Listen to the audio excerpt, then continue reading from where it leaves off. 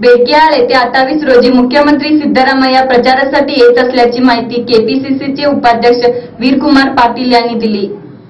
निप्पाणी मतदारसंघाच्या प्रचारासाठी मुख्यमंत्री सिद्धरामय्या 28 रोजी बेडकिहाळ येथे जाहीर सभेसाठी येत असल्याची माहिती केपीसीसीचे उपाध्यक्ष वीरकुमार पाटील यांनी दिली।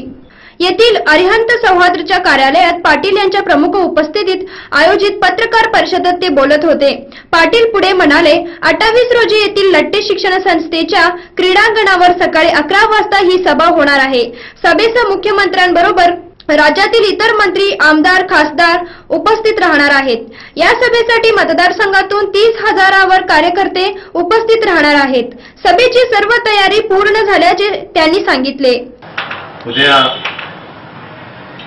28 तारखेला आपल्या राज्याचे मुख्यमंत्री माननीय सिद्धरामय्या साहेब हे आपल्या निप्पाणी मतदारसंघासाठी प्रचारासाठी येत आहेत।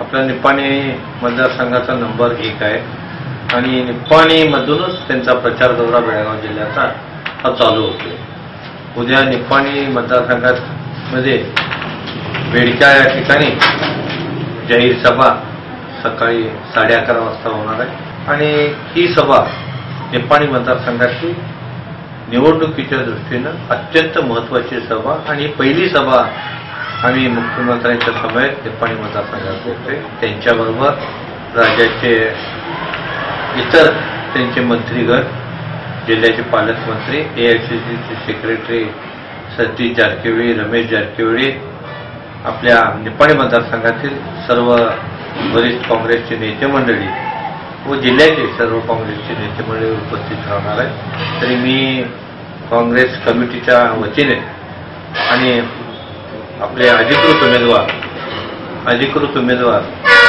माननीय काका, माझे परममित्र काकासाहेब पाटील यांच्या वतीनं सर्वांना जाहीर आवाहन करतो की उद्याच्या या सभेला जास्तीत जास्त संख्येनं आपण सर्वजण हजर राहावा, एवढी माझी पक्षाच्या वतीनं नम्र विनंती। बेडकिहाळ सांगितलंय, बेडकिहाळ हायस्कूलच्या पाठीमागच्या हायस्कूलच्या ग्राउंडवर ते जाहीर सभा 11:30 वाजता होणार आहे।